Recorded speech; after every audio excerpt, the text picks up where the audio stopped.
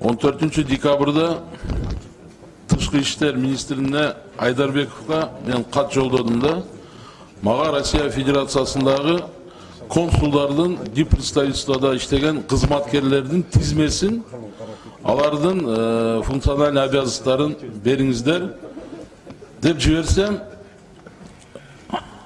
ал маалыматтарды бербей 200 барак, 300 барактай bir мага кызыксыз bir маалыматтарды жибериптир да. Мен мынаны кармап отуруптур дегендей кылыпчы. Бул эмне деген мамиле? Министр Айдарбеков ал турист болуп калды. Эми Африка өлкөлөрү калбады, Латинская Америка калбады, Америка бүт барды кыдыр эми иштеш керек да. Элементарный депутаттын bir запросуна стат секретары ушундай жооп берип атат. А мен аны 14 декабрда жибергем. Мына bir айдан өттү. Жибергенимдин себеби биздин Россияда жарандарга, биздин мигранттарга, биздин жарандарга эң бир акыркы сорттогу адамдарга жасаган мамиледе жасашат кээ бир учурлардачы, укук коргоо органдары. А бизге кайрылат экен да Ашырбек Мойдонович. Мисалы менде мисалдар көп, азыр убакыт жетишпейт. Себепсиз эле камайт. Ана мен чыктым ошол консулдарга. Bir Эдуард деген консул бар экен, анан дагы бир армияндар бар экен. Ошолор Кыргызстандын кызыкчылыгын, ошо кыргыздардын кызыкчылыгын коргойбу? Мен бир улутка бөлүп неме кылгым келбейт. Ана мен чалдым. Мейли камаптыр, болуптур.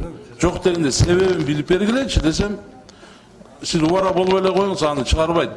Ал болду, депортация болот дейт. Ал Кыргызстандын жарандарынын укугун коргойбу же ал жерде жөнө статист болуп отурабы? Ошондуктан Ашырбек Мойдонович, мен сизден суранам. Сизге кайрылганда ар дайым так маалымат алам мен. Мага так маалыматты bir жуманын ичинде берсин. Тизме, фамилия, имя, отчество, дата рождения, образование, стаж работы, кайсы кызматтарда иштеди, бүгүнкү күндө эмне жумушту аткарат, анын милдети эмне, тизме, консул, вице-консулдар, бүт пофамильно и представительствонун данныйларын. Сураныч Ашырбек Мойдонович, кайрылып атышат. Мына барып атабыз го, бардыгыбыз элечи. А министр Айдарбековго последнее китайское предупреждение. Жакшынан бир берсин да, мындай издевательский ответтерди бербейчи. Эми уят да. Ат десең төө дегендейчи.